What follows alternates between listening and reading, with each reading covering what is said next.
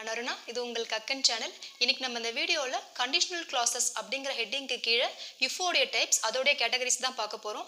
இது எல்லாமே கன்ஜெக்ஷன் அப்படின்னு ஒரு பிளேலிஸ்ட் இருக்கும், அதுக்குள்ளார இருக்கும். இனி நம்ம பார்க்குற எல்லா வீடியோஸுமே கன்ஜெக்ஷன் அப்படிங்கிற பிளேலிஸ்ட்டில் தான் இருக்கும். இதுக்கப்புறமா இஃப், வென், வைல் அதோட யூசேஜஸ் எல்லாமே ஒன் பை ஒன்னாக பார்த்துட்ருப்போம். ஸ்போக்கன் பொறுத்த வரைக்கும் இஃப், வென், வைல் அதோட யூசேஜ் வந்து ரொம்ப ஜாஸ்தி. அது இல்லாமல் நம்மளால் டே டு டே லைஃப்பில் வந்து ஒருத்தவங்க கிட்ட கம்யூனிகேட் பண்ணவே முடியாது. சரியா? இன்னைக்கு நம்ம இஃபோடைய டைப்ஸை பார்க்கலாம்.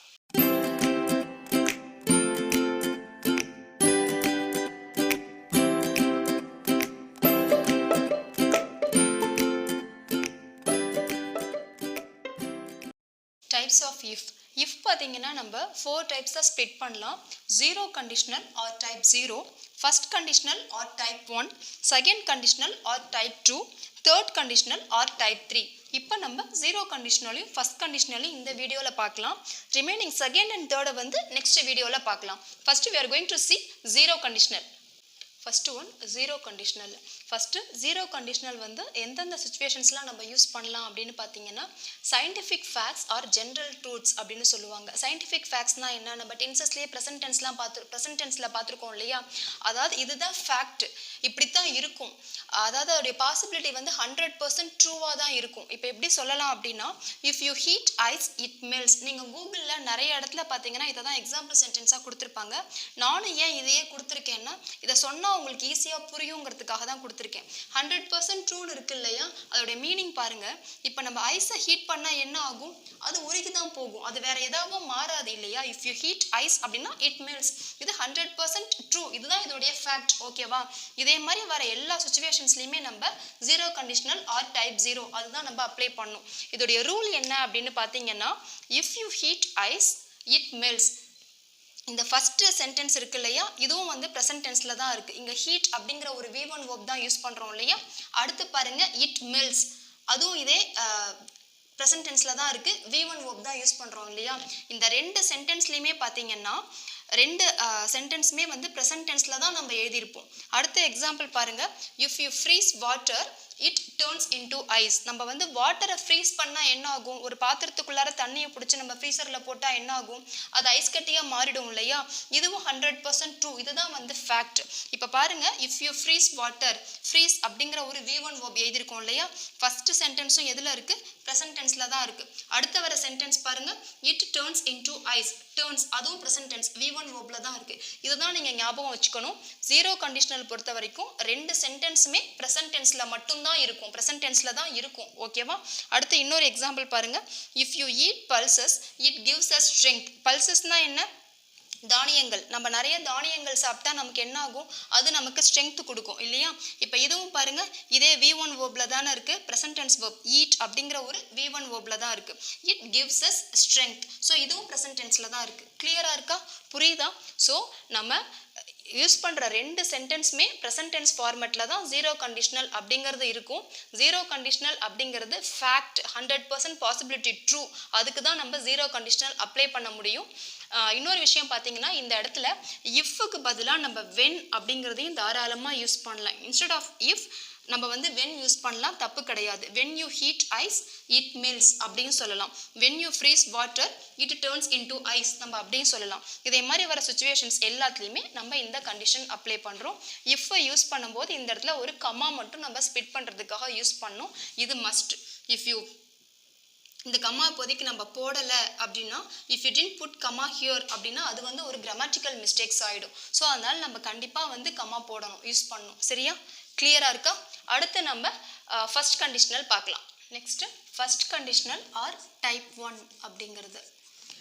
நார்மலாகவே நம்ம இஃப் அப்படின்னா என்ன சொல்லுவோம்? ஆல் அப்படின்னு தானே தமிழ் அர்த்தம். ஒரு கண்டிஷன், இது நடந்தால் நமக்கு அது செய்வாங்க, நடக்கும். இப்போ பாருங்களேன் example, if you go fast you will catch the train. நீ ஃபாஸ்ட்டாக போனேன்னா நீ வந்து ட்ரெயினை பிடிப்ப. நீ ஹார்ட் ஒர்க் பண்ணேன்னா நீ வந்து மேட்ச்சில் ஜெயிப்ப. அதே மாதிரி நீ இதை செஞ்சால் உனக்கு அது பாசிட்டிவ் ரிசல்ட் கிடைக்கும் அப்படிங்கிற மாதிரி நம்ம சொல்லுவோம் இல்லையா? அதே மாதிரி வர எல்லா சுச்சுவேஷன்ஸ்லையுமே நம்ம ஃபர்ஸ்ட் கண்டிஷனல் இஃப் தான் யூஸ் பண்ணணும், ஆர் டைப் 1 அப்படின்னு சொல்லலாம். இப்போ எக்ஸாம்பிள் பாருங்கள். If you go fast you will catch the train.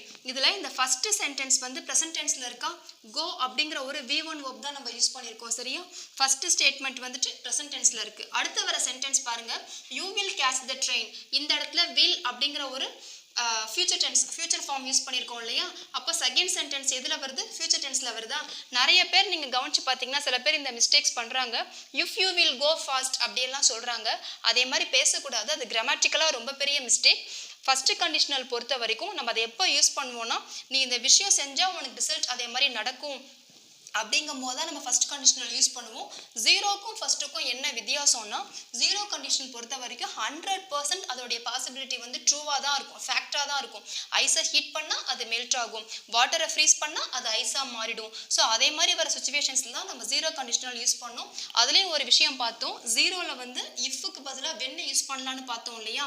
ஆனால் ஃபஸ்ட்லலாம் அதே மாதிரி யூஸ் பண்ண முடியாது, இஃப் மட்டும்தான் யூஸ் பண்ண முடியும். இஃப் யூ கோ ஃபாஸ்ட், நீ ஃபாஸ்ட்டாக போனேன்னா you will catch the train. First sentence present tense ஃபார்ம்லையும் செகண்ட் சென்டென்ஸ் future tense ஃபார்ம்லையும் இருக்கும்.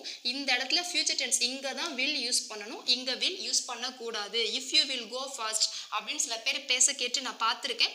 அதே மாதிரி எல்லாம் பேசக்கூடாது. இந்த கிராமரோடைய ரூல் மட்டும் தெரிஞ்சுட்டு நீங்கள் அப்ளை பண்ணிங்கன்னா உங்களுக்கு ஸ்போக்கன்லேயும் சரி ரிட்டன்லேயும் சரி மிஸ்டேக்ஸ் எதுவுமே வராது. இன்னொரு எக்ஸாம்பிள் பாருங்கள், if you work hard you will win the match. நீ ஹார்ட் ஒர்க் பண்ண அப்படின்னு சொன்னால் கண்டிப்பாக நீ வந்து மேட்ச்சில் ஜெயிப்ப. ஸோ அப்போ if you work hard, so அப்போ இங்கேயும் ஒரு ப்ரெசன்ட் டென்ஸ் ஒரு V1 verb யூஸ் பண்ணுறோமா, you will win the match, நீ கண்டிப்பாக மேட்ச்சில் ஜெயிப்ப. ஃபியூச்சர் டென்ஸ் கிளியராக இருக்கா? இன்னொரு எக்ஸாம்பிள் பாருங்கள், if she invites me I will come there. அவள் என்னை ஃபங்க்ஷனுக்கு கூப்பிட்டா நான் அங்கே வருவேன். இதே மாதிரிலாம் நம்ம ஃப்ரெண்ட்ஸ் கிட்ட நெய்பர்ஸ் கிட்டலாம் நம்ம நிறைய பேசுவோம் இல்லையா? டே டு டே லைஃப்பில் இஃப் வென் ஒயிலோட யூசேஜ் எல்லாம் வந்து ரொம்ப ஜாஸ்தி. இஃப் ஷி இன்வைட்ஸ் மீ, அவள் என்னை அழைத்தால் ஐ வில் கம் தட், நான் அங்கே வருவேன். கிளியராக இருக்கா? புரியுதா? ஏன் இந்த இடத்துல இன்வைட்ஸ் போட்டிருக்கோன்னா, ப்ரெசன்ட் டென்ஸ் பொறுத்த வரைக்கும் ஃபர்ஸ்ட் பர்சன் சிங்குலராக இருந்ததுன்னா வேர்போட எஸ் சேர்க்கணும் அப்படின்னு பார்த்தோம் இல்லையா? இது கொஞ்சம் யாருக்காவது குழப்பமாக இருந்ததுன்னா மேலே நான் வந்து ப்ரெசன்ட் டென்ஸோடைய லிங்க் கொடுக்குறேன், அது போய்ட்டு ஒரு தடவை அந்த வீடியோவை நீங்கள் பார்த்தீங்க அப்படின்னா இந்த டவுட் உங்களுக்கு கிளியர் ஆகிடும். சரியா? இந்த இடத்துல இந்த கம்மா மட்டும் மஸ்ட்டு. இந்த இஃப்பை யூஸ் பண்ணும்போது இந்த இடத்துல கம்மா யூஸ் பண்ணுறோம் இல்லையா? இது வந்து மேண்டேட்ரி ஹியர், கண்டிப்பாக நம்ம அதை யூஸ் பண்ணி தான் ஆகணும். சரியா? If you to not use comma here means it will be a mistake. அது கண்டிப்பாக அது வந்து ஒரு மிஸ்டேக்காக தான் ஆகும். ஸோ இந்த பஞ்சுவேஷன் எரர் கமிட் பண்ணாதீங்க, கம்மா யூஸ் பண்ணுங்க. அடுத்து பாருங்க, இஃப் ஐ மீட் ஹிம், நான் அவரை சந்தித்தால் I will invite for the function, நான் அவரை ஃபங்க்ஷனுக்கு கூப்பிடுவேன். நான் அவரை சந்தித்தால், if I meet him, present tense meet present tense first sentence வந்து ப்ரெசன்ட் டென்ஸ் ஃபார்மில் எழுதிட்டோமா? அடுத்து பாருங்க, நான் அவரை ஃபங்க்ஷனுக்கு கூப்பிடுவேன். So I will invite for the function, will add பண்ணியிருக்கோமா வேர்போட ஃபியூச்சர் டென்ஸ் ஃபார்ம். அவ்வளோதான். கிளியராக இருக்கா? ஒன்றுமே இல்லை. ஃபஸ்ட்டு வர சென்டென்ஸ் ப்ரெசன்ட் டென்ஸ் ஃபார்மில் இருக்கும், செகண்ட் வர சென்டென்ஸ் ஃபியூச்சர் டென்ஸ் ஃபார்மில் இருக்கும். இந்த ரூல் மட்டும் நீங்கள் ஞாபகம் வச்சுக்கிட்டிங்கன்னா போதும், வேறு எதுவுமே உங்களுக்கு தேவையில்லை. இதில் இந்த இடத்துல ஒரு கம்மா மட்டும் யூஸ் பண்ணணும், அவ்வளோதான். இஃப் யூ ஒர்க் ஹார்ட், நீ ஹார்ட் ஒர்க் பண்ணினா நீ மேட்ச்சில் ஜெயிப்ப. இஃப் ஷி இன்வைட்ஸ் மீ, அவளை என்னை அழைச்சா நான் அங்கே வருவேன். இப்போ சொல்லுவாங்கல்ல, நீ ஒழுங்காக படித்தா நீ வந்து டெஸ்ட்டில் வந்து பாஸ் ஆவ. If you study well you will pass the test. நீ ஒழுங்காக படித்த ஸ்டடி வெல், நீ ஒழுங்காக படித்தேன்னா you will pass the test, நீ டெஸ்ட்டில் பாஸ் ஆவ. நம்ம அதேமாரி நிறைய சொல்லுவோம் இல்லையா? அதுதான் தட்ஸ் இட். கிளியராக இருக்கா? இது அடுத்து வர செகண்ட் அண்ட் தேர்ட் கண்டிஷனல் நம்ம நெக்ஸ்ட் வீடியோவில் பார்ப்போம். இது எல்லாமே கன்ஜெக்ஷன்ஸ் அப்படின்னு ஒரு பிளேலிஸ்ட்டில் இந்த வீடியோஸ் எல்லாமே இருக்கும். இனிமேல் 1 by 1 அதில் நீங்கள் வாட்ச் பண்ணுங்கள். வீடியோ யூஸ்ஃபுல்லாக இருந்தது அப்படின்னா லைக் பண்ணுங்கள், ஷேர் பண்ணுங்கள். உங்களோட டவுட்ஸ் எதுவாக இருந்தாலுமே கமெண்ட் பண்ணுங்கள்.